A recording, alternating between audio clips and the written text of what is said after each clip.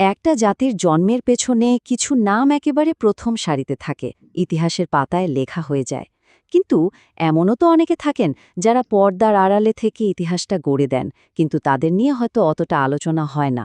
আজ আমরা ঠিক এমনই একজন মানুষ, এয়ার ভাইস মার্শাল A.K. খন্দকারের অবিশ্বাস্য এক যাত্রার গল্প শুনব।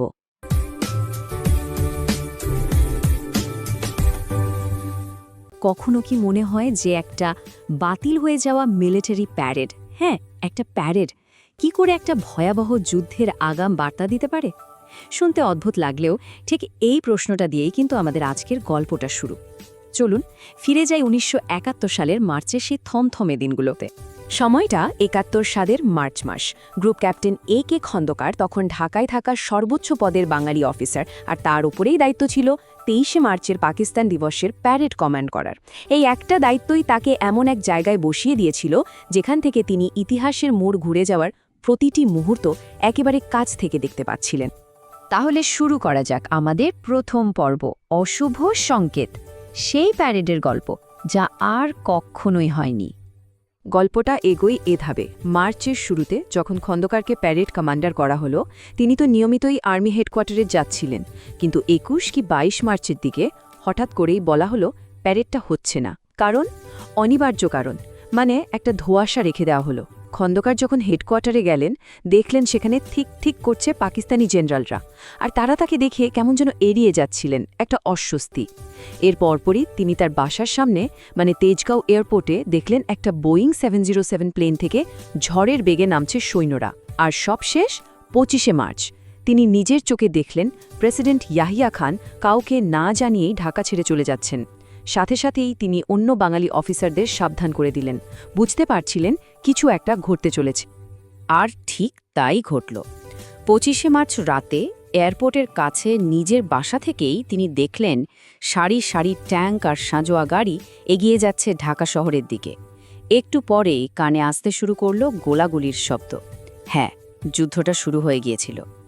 এবার দ্বিতীয় পর্ব, সীমান্ত পাড়ি, যুদ্ধের জন্য এক অসম সাহসী যাত্রা।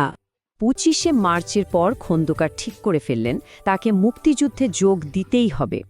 কিন্তু সেই পথটা মোটেও সহজ ছিল না। দেখুন, ২৮ বা ২৯ মার্চ তিনি চেষ্টা করলেন গফরগাঁও হয়ে সীমান্ত পার হতে, কিন্তু পারলেন না, কারণ লঞ্চ চলাচল বন্ধ। এরপর ৭ বা ৮ এপ্রিল আবার চেষ্টা করলেন আরিচা হয়ে, সেটাও ব্যর্থ হল। অবশেষে তিনি বিমান বাহিনীর অন্য বাঙালি অফিসারদের সাথে মিলে একটা দারুণ পরিকল্পনা করলেন। তারা দুটো দলে ভাগ হয়ে গেলেন। বুদ্ধিটা ছিল একটা দল যদি ধরাও পড়ে, অন্য দলটা যেন মুক্তিযুদ্ধে পৌঁছাতে পারে। এই নিখুঁত পরিকল্পনার পরেই ১৫ই মে তিনি শেষ পর্যন্ত আগরতলায় পৌঁছাতে পারলেন। এখন আমরা গল্পের তৃতীয় পর্বে, আর এই পর্বটার নাম আমরা দিয়েছি এক অনুপ্রেরণা, এক কৃষকের শেষ মোড়কটির গল্প। ভারতে যাওয়ার এই বিপদসংকুল পথে এক রাতে খন্দকার আর তার সঙ্গীরা এক খুবই গরিব কৃষকের বাড়িতে আশ্রয় নিলেন। সেই কৃষক কিন্তু এক মুহূর্তের জন্য ভাবেননি, সঙ্গে সঙ্গে তাদের জন্য নিজের ঘরের দরজা খুলে দিয়েছিলেন।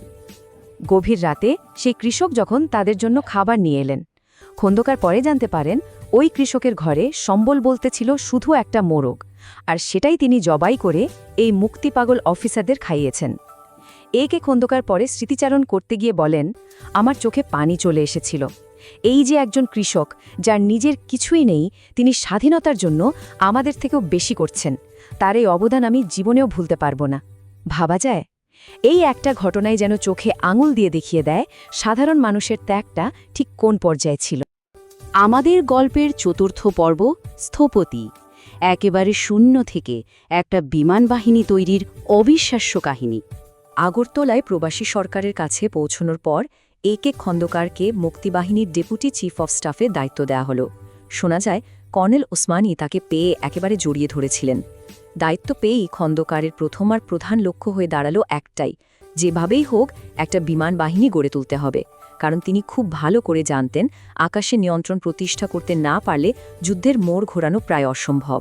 প্রধানমন্ত্রী তাজউদ্দিন আহমেদের সাহায্যে তিনি ভারতীয় আধিকারিকদের সাথে আলোচনায় বসলেন। ভারতীয়রা প্রথমে প্রস্তাব দিল যে বাঙালি পাইলটরা তাদের বিমান বাহিনীর স্কোয়াড্রনের অংশ হিসেবে যুদ্ধ করুক, কিন্তু খন্দকার সেই প্রস্তাব সরাসরি নাকচ করে দিলেন। তার যুক্তি ছিল একদম পরিষ্কার, এটা কোনোভাবেই সম্ভব না, আমরা অন্য একটা দেশের আইনের অধীনে যুদ্ধ করতে পারি না। তিনি চেয়েছিলেন স্বাধীন বিমান যা লড়বে শুধুমাত্র বাংলাদেশের পতাকার তলে। তার এই দৃঢ় অবস্থানই কিন্তু পরে একটা বড় পার্থক্য করে দিয়েছিল। একটা বিমানবাহিনী তৈরির পুরো প্রক্রিয়াটা ছিল সত্যি অসাধারণ। প্রথমত, খন্দকার প্রধানমন্ত্রী তাজউদ্দিনকে বোঝাতে সক্ষম হন যে বিমান ছাড়া এই যুদ্ধ জেতা কতটা কঠিন।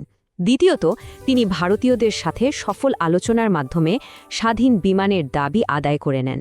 আর সবশেষে ভারত একটি DC-3, একটি অটার আর একটি অ্যালিউয়েট হেলিকপ্টার, এই 3টি আকাশযান দিতে রাজি হয়। এভাবেই বলতে গেলে শূন্য থেকে জন্ম নিল বাংলাদেশ বিমান বাহিনী।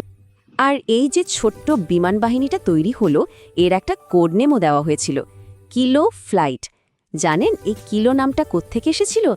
এটা এসেছিল AK খন্দকারের নামের প্রথম অক্ষর কে থেকে। এটা ছিল তার এই অসাধারণ ভূমিকার প্রতি নীরবে জানিয়ে দেওয়া এক সম্মান। এবার গল্পের শেষ, পঞ্চম পর্ব, ইতিহাসের সাক্ষী, এক অপ্রত্যাশিত প্রতিনিধি। 16ই ডিসেম্বর 1971। পাকিস্তানি বাহিনী আত্মসমর্পণের জন্য পুরোপুরি প্রস্তুত, কিন্তু ঠিক সেই সময়টায় একটা বড় সমস্যা দেখা দিল। মুক্তিবাহিনীর সর্বাধিনায়ক কর্নেল MAG ওসমানী তখন ছিলেন সিলেটের এক মুক্ত অঞ্চলে, আর তার সাথে কোনোভাবেই যোগাযোগ করা যাচ্ছিল না। জানা গেল কর্নেল ওসমানীর হেলিকপ্টার শত্রুপক্ষের গুলিতে ক্ষতিগ্রস্ত হয়েছে, তাই তার ফেরাটা অনিশ্চিত। এমন একটা জটিল মুহূর্তে প্রবাসী সরকারের মন্ত্রিসভা এক ঐতিহাসিক সিদ্ধান্ত নিল। সিদ্ধান্তটা হল মুক্তিবাহিনীর জ্যেষ্ঠতম কর্মকর্তা হিসেবে AK খন্দকারী আত্মসমর্পণ অনুষ্ঠানে বাংলাদেশের প্রতিনিধিত্ব করবেন। তাকে সঙ্গে সঙ্গে কলকাতা থেকে ঢাকায় নিয়ে আসা হলো। ভাবুন একবার, যে মানুষটা যুদ্ধের শুরুটা দেখেছিলেন ট্যাঙ্কের গর্জনের মধ্যে দিয়ে, সেই তিনি ঢাকার রেসকোর্স ময়দানে দাঁড়িয়েছিলেন বিজয়ী বাংলাদেশ বাহিনীর একমাত্র প্রতিনিধি হিসেবে।